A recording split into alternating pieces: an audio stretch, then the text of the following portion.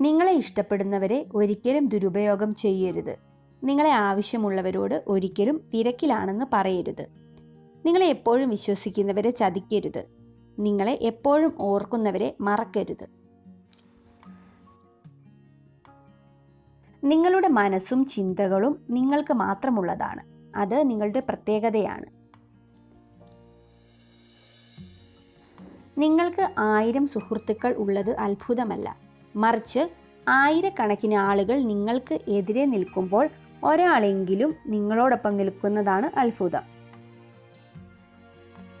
നിങ്ങൾ ആരോടാണ് സംസാരിക്കുന്നതെന്ന് എപ്പോഴും ശ്രദ്ധിക്കുക. ചെവിയുടെ അടുത്ത് വായയും ഉണ്ടെന്ന് ഓർമ്മ വേണം. ഒരു വ്യക്തിയോട് നിങ്ങൾ കയർത്ത് സംസാരിച്ചാൽ എന്തിൻ്റെ പേരിലായാലും അത് നിങ്ങളെ തന്നെ അസ്വസ്ഥനാക്കും. അതുകൊണ്ട് അത്തരം സാഹചര്യങ്ങൾ ഒഴിവാക്കുക. കൂടുതൽ വെളിച്ചം നിങ്ങളെ അസ്വസ്ഥനാക്കും. കുറച്ച് ഇരുട്ടും അത്യാവശ്യമാണ്. അതുപോലെയാണ് ജീവിതവും. സുഖവും ദുഃഖവും ആവശ്യമാണ്.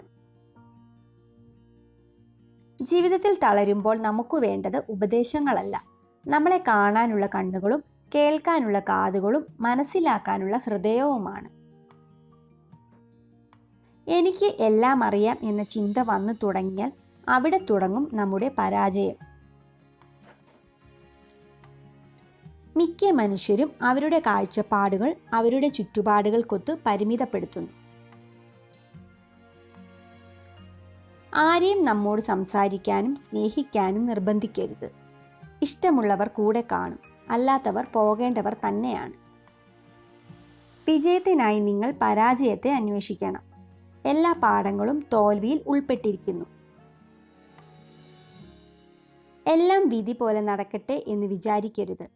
ജീവിതത്തിൽ വെറും 10% മാത്രമാണ് വിധി.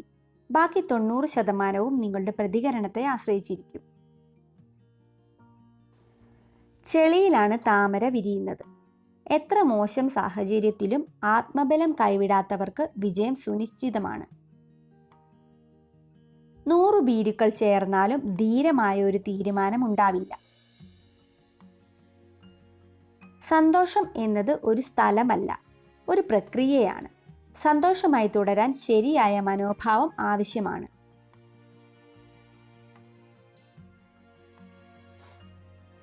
അസന്തുഷ്ടിയുടെ പ്രാഥമിക കാരണം ഒരിക്കലും സാഹചര്യമല്ല, അതിനെക്കുറിച്ചുള്ള ചിന്തകളാണ്.